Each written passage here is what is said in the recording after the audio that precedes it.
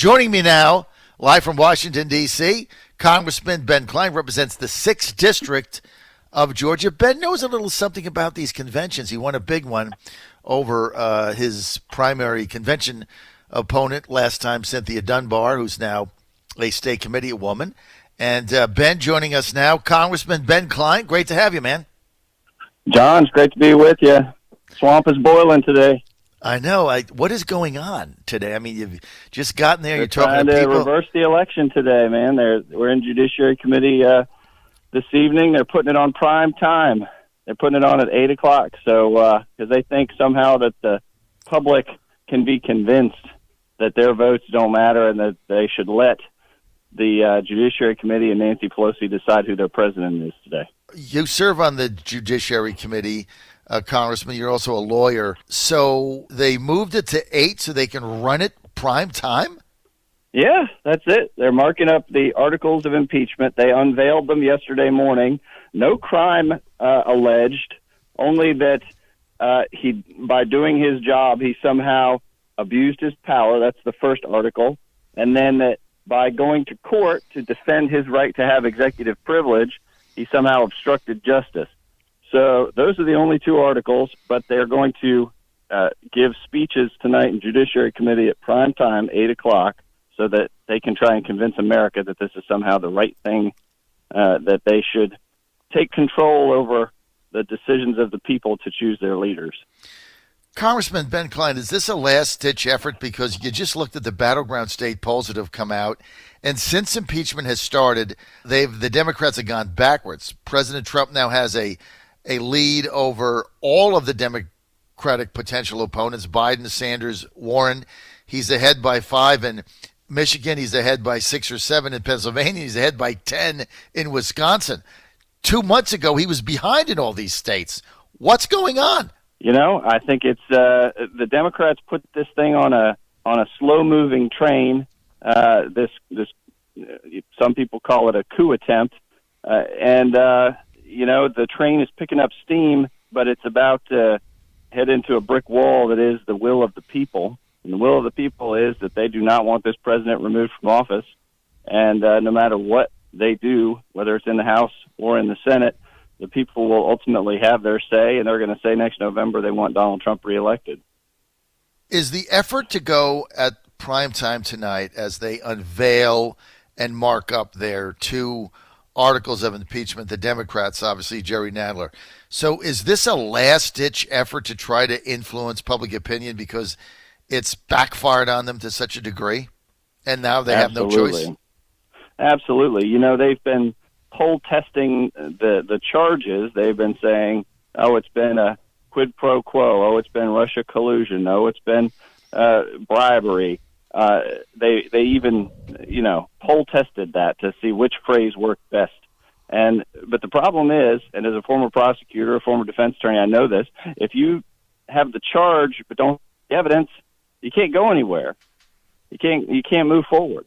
So they found that they don't have the evidence to support bribery. They don't have the evidence to support Russia collusion. So they're creating these charges out of thin air that essentially, you know, the abuse of power charge they brought against Bill Clinton back in '98 didn't even pass the House.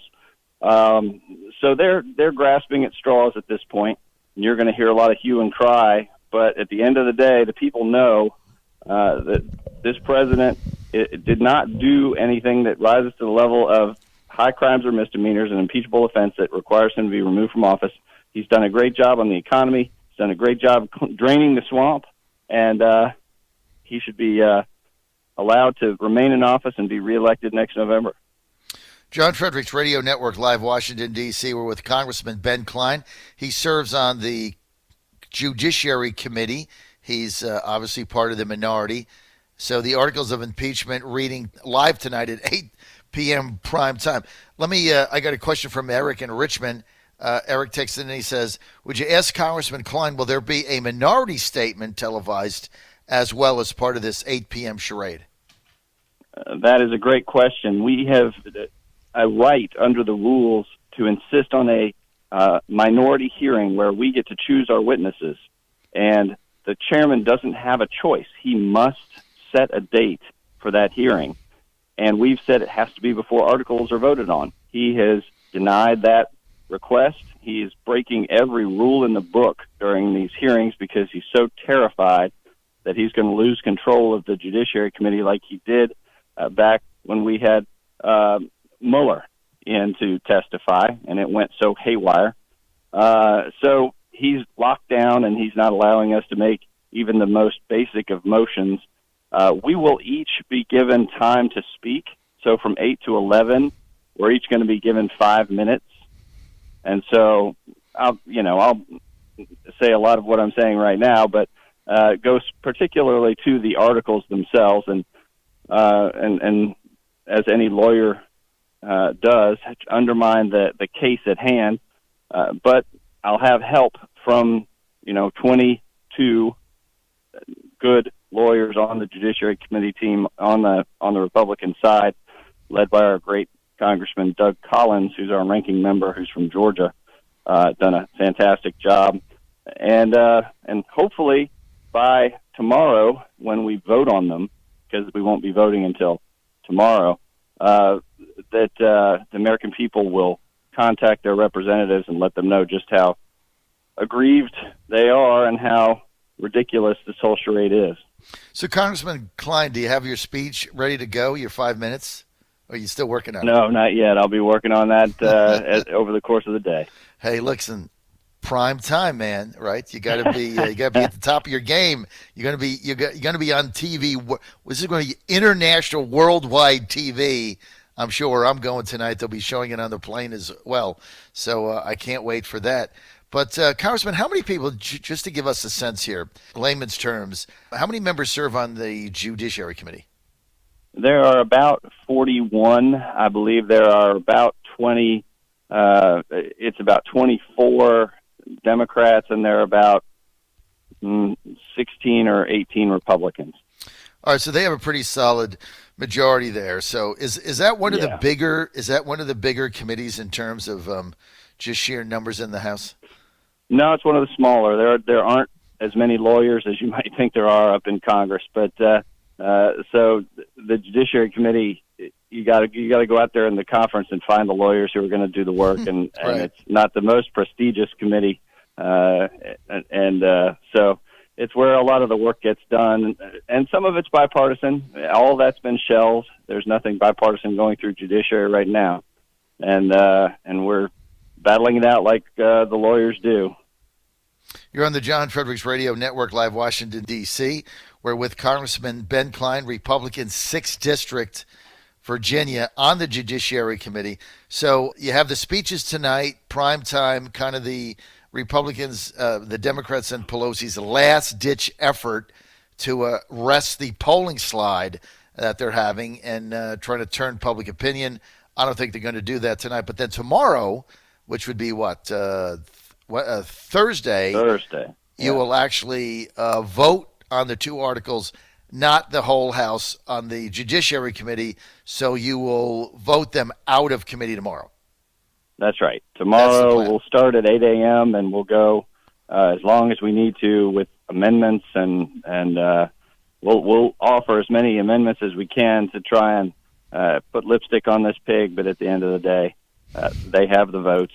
And some of the most partisan members of the Democrat majority are on Judiciary. Sheila Jackson Lee, Eric Swalwell, David Cicilline. These are if you're between them and a TV camera, get out of the way because you're going to be trampled.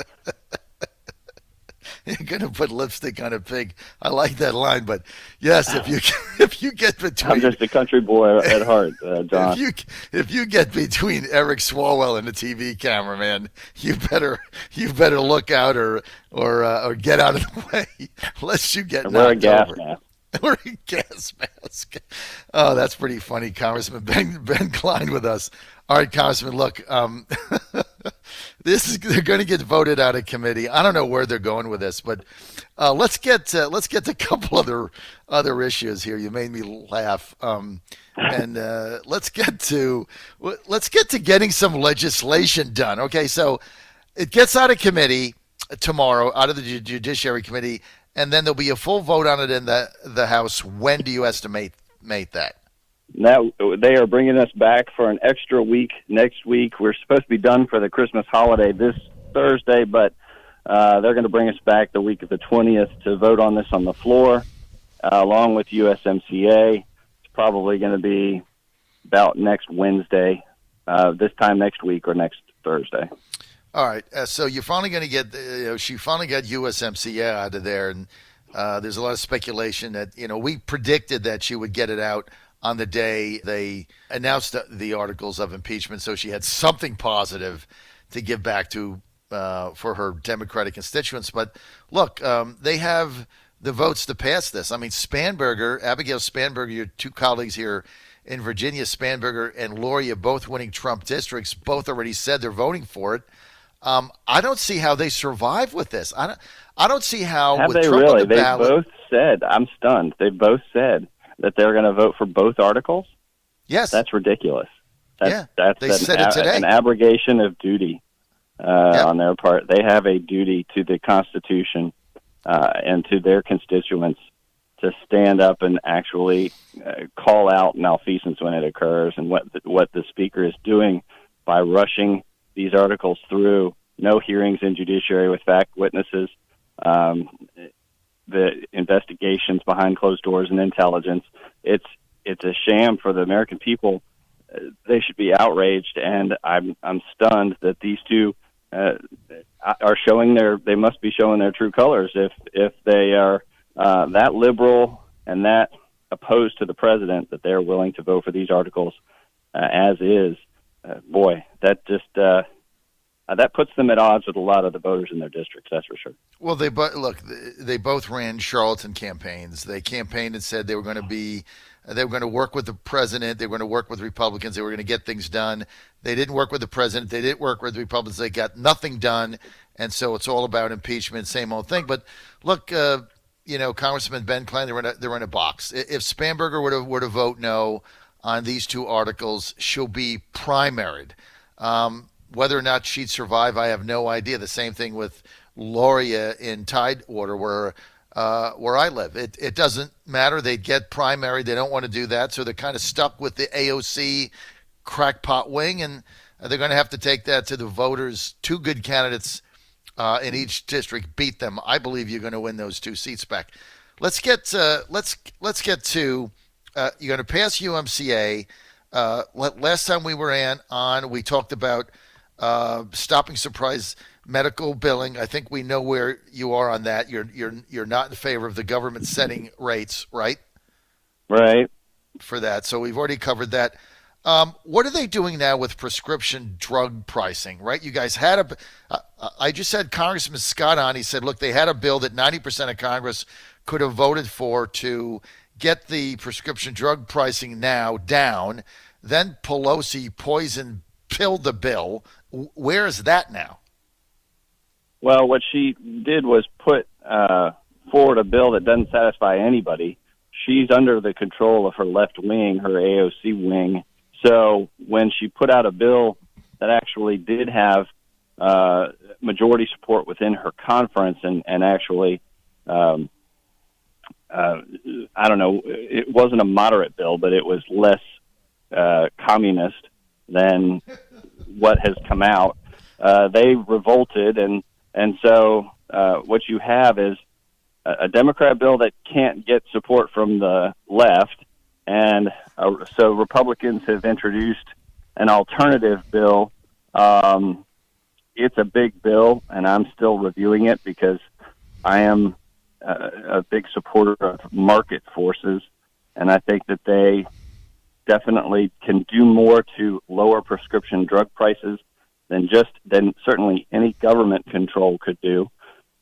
So I'm reviewing the bill, but I've introduced legislation that will affect the price of drugs through the marketplace by shifting the legal burden on drug names to have to go generic. When they decide to go generic, if they want to extend their patent to avoid going generic, they have to prove it in court. And so that would essentially default to going generic and lowering drug prices in the marketplace. Well, listen, this is why we sent you to Congress, right?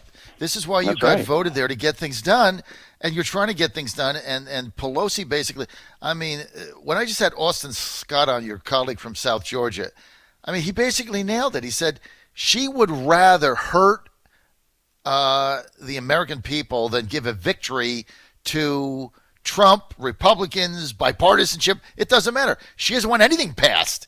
So they put bills forward that you can't possibly vote for that get stuck in the Senate. So she doesn't want anything. I don't know. What do they go to the voters with? What do they go to the voters with in November? What is Spanberger? I mean, who I really admire in a lot of ways, because I thought she ran a really good campaign, and she's a formidable individual. What does Abigail Spanberger go back to the 7th District with? I voted for impeachment and got crap done for you. Mm-hmm. What does she go? What does she go back with? You know, they can't claim, oh, I had these great bills. Oh, we voted for these great bills in the House, and then Majority Leader McConnell is bottling them up in the Senate, because they have just, by passing impeachment, they're going to clear the calendar for 4 to 6 weeks in January and February, the peak of the legislating year, when they can just about, is at the end of the year before the campaign starts, last chance to get anything done. Democrats don't care. They want the Senate to be bogged down in impeachment in the meantime.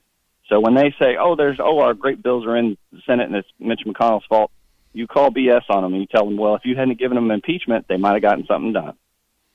Exactly. They got nothing done. They go to their constituents with absolutely nothing except impeachment, which was a complete ruse from the beginning. And I don't think either of them win. I mean, I happen to think that in both these districts now, there's pretty good candidates. There's a convention in the 7th. It's going to be either Nick Freitas or, in my judgment,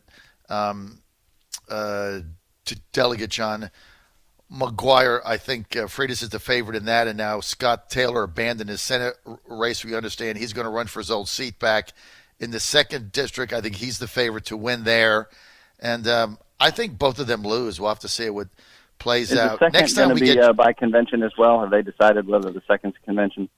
No, 2nd is a primary which favors Scott Taylor. And if there was a convention, Taylor, I met some great candidates for both seats and for the Senate race at the advance last weekend at the Homestead. I enjoyed seeing you there in the 6th district, yes. John. Yes, I always love going there to Bath County. I think it's like kind of God's country. But we're out of time. But in 2 weeks, when I get you back on after you guys come back, you've got to solve for us what you're going to do with the Republican Party of Virginia. Can you solve that for us, Ben? Can somebody solve that? I'll put that on the list, John. After you write your speech for today, put on your to-do list, solve or fix the Republican Party of Virginia, or actually establish one, because right now we don't have one. Ben, I got to go. Thanks for being with us. Good luck with your speech tonight.